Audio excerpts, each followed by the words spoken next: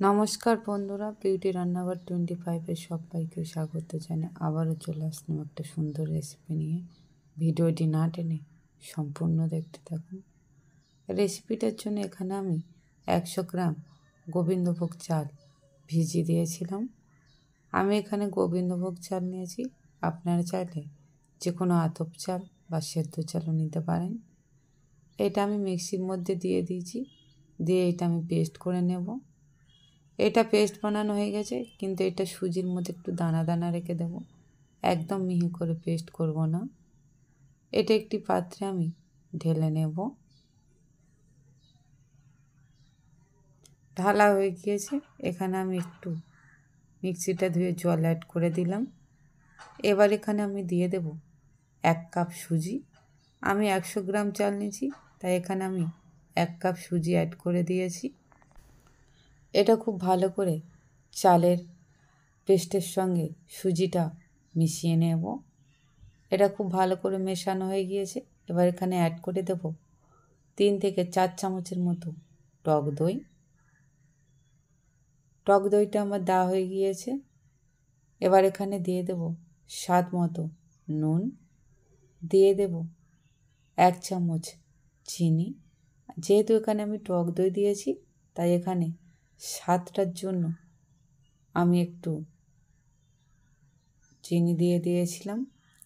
এবার এটা আমি সাইডে রেখে দেব। এটাতে দেওয়ার জন্য আমি একটু ফোড়ন দিয়ে নেব। দিয়ে দেবো কড়াইতে সাদা তেল। তেলটা গরম হয়ে গেছে, এবার এখানে অ্যাড করে দেব কয়েকটা কাঁচা লঙ্কা কুচি, 1 চামচ কালো সর্ষে, একটু গোটা ধনে, আর এখানে অ্যাড করে দেব ছোলার ডাল। দিয়ে এটা খুব ভালো করে আমি নেড়ে নেব। আপনারা চাই এখানে কারি পাতাও দিতে পারেন, বিউলির ডালও দিতে পারেন। দিয়ে দেব 1 চিমটে হলুদ। এবার এটা খুব মোটা হয়ে গিয়েছে ব্যাটারটা, আমি একটু জল দিয়ে এটা ভালো করে ফেটিয়ে নেব। এখানে সুজিটা ফুলে ব্যাটারটা একদম মোটা হয়ে গিয়েছিল, তাই আমি একটু জল দিয়ে ফেটে নেব। এবার এখানে যে ফোড়নটা আমি করেছি সেটা এখানে অ্যাড করে দেব। এর সঙ্গে খুব ভালো করে মিশিয়ে নেব।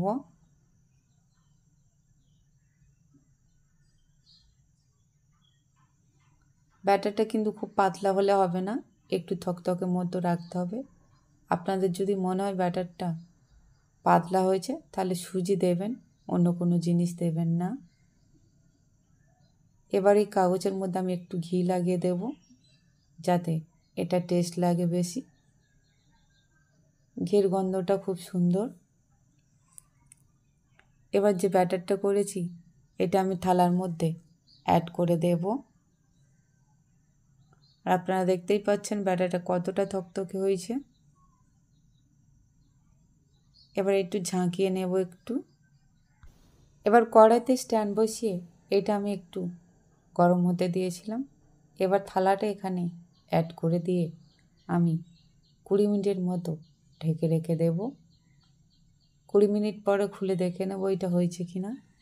এটা একদম হয়ে গিয়েছে আর অনেকটাই ফুলে গিয়েছে। এবার এটা আমি নামিয়ে ঠান্ডা করে নেব। এবার ছুরিটা দিয়ে চারপাশটা একটু কেটে নেব।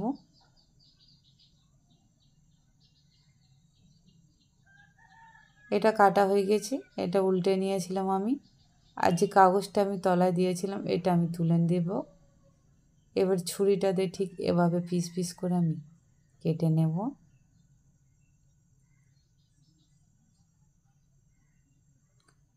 আপনারা আপনাদের মতো পছন্দের মতো শেপতে নেবে। আর ঠিক কতটা সুন্দরভাবে ফুলেছে দেখুন বন্ধুরা।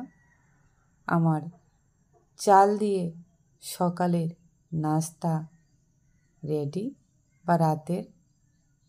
আমার এই রেসিপিটা আপনাদের কেমন লাগলো তা অবশ্যই কমেন্ট করে জানাবেন বন্ধুরা। রেসিপিটি ভালো লাগলে লাইক, কমেন্ট, শেয়ার, সাবস্ক্রাইব অবশ্যই করবেন। আর বেশি বেশি করে শেয়ার করে দেবেন।